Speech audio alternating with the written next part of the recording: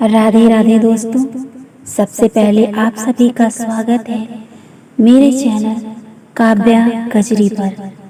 आंवला नवमी का व्रत करने से किसी भी व्रत, पूजन, तर्पण आदि का फल अक्षय हो जाता है, अर्थात कभी समाप्त नहीं होता। इस दिन गौ माता, पृथ्वी, स्वर्ण, वस्त्र आदि का दान करने से ब्रह्म हत्या जैसे पाप नष्ट हो जाते हैं।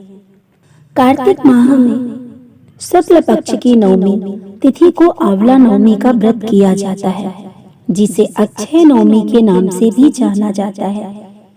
इस व्रत को करने से किसी भी व्रत, पूजन, तर्पण आदि का फल अक्षय हो जाता है, अर्थात कभी समाप्त नहीं होता है। इस बार अक्षय नवमी 21 नवंबर को होगी। इस दिन प्रातः काल जागने के बाद स्नान आदि से निवृत्त होकर आंवले के वृक्ष के नीचे पूर्व दिशा की ओर मुख करके पूजन करके पेड़ की जड़ में दूध की धारा गिराकर तने में चारों तरफ सूत लपेटना चाहिए। इसके बाद कपूर या घी की बाती से आरती करके 108 परिक्रमा करनी चाहिए। आंवला नवमी के पूजन में जल, रोली, अक्षत, गुड़, बतासा, आंवला और दीपक से बतासा, आंवला और दीपक घर से लेकर ही जाना चाहिए।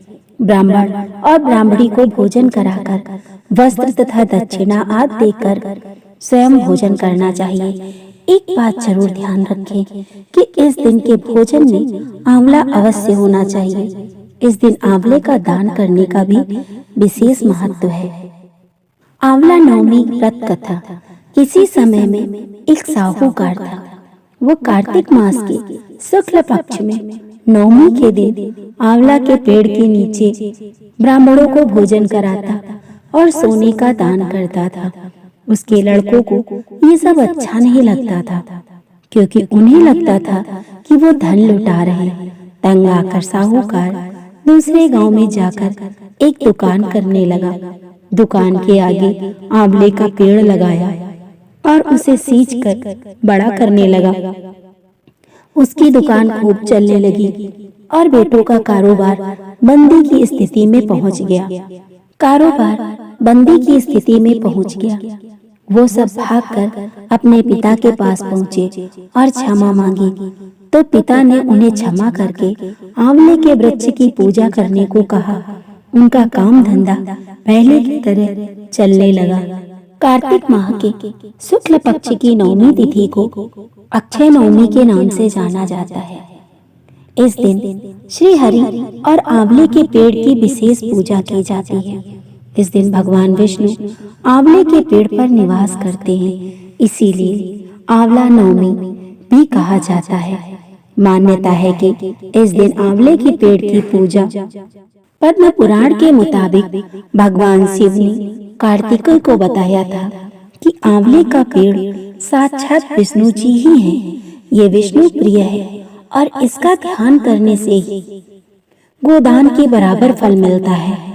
अक्षय नवमी के दिन आंवले के पेड़ के नीचे विष्णु के दामोदर रूप की पूजा की जाती है। आंवले के पेड़ की परिक्रमा करने से बीमारियां और पापों से छुटकारा मिलता है। अक्षय नवमी पर लक्ष्मी जी ने भी पृथ्वी पर भगवान विष्णु और शिव जी की पूजा आंवले के रूप में की थी और इसी पेड़ के नीचे बैठकर भोजन किया था। संतान प्राप्ति, सुख समृद्धि और कई जन्मों के पुण्य खत्म न हो, इस कामना से अक्षय नवमी की पूजा और व्रत किया जाता है। अक्षय नवमी या आंवला नवमी 21 नवंबर दिन मंगलवार को है। मान्यता ये है कि आंवला नवमी स्वयं में सिद्ध मुहूर्त भी है। इस दिन दान, जप व तप सभी अक्षय होकर मिलते हैं। इस दिन आंवले के पेड़ की पूजा के बाद इसकी छाया में बैठकर खाना खाया जाता है। ऐसा करने से हर तरह के पाप और बीमारियां दूर होती हैं। मान्यता है कि इस दिन आंवले के पेड़ की पूजा और दान करने पर पुण्य की प्राप्ति होती है। माँ लक्ष्मी की कृपा से साधक को आर्थिक लाभ मिलता है। ये तमाम जानकारी जनरुचि को ध्यान में रखकर दी जा रही है। ज्योतिष और धर्म के उपाय और सलाहों को अपनी आस्था और विश्वास पर आजमाएं। उद्देश्य मात्र आपको बेहतर सलाह देना है। इस संदर्भ में हम किसी प्रकार का कोई दावा नहीं करते हैं। दोस्तों, अगर आपको मेरा वीडियो पसंद आए तो मेरे वीडियो को लाइक करें, चैनल को सब्सक्राइब करें और ज़्यादा से ज़्यादा शेयर करें। राधे राधे दोस्तों।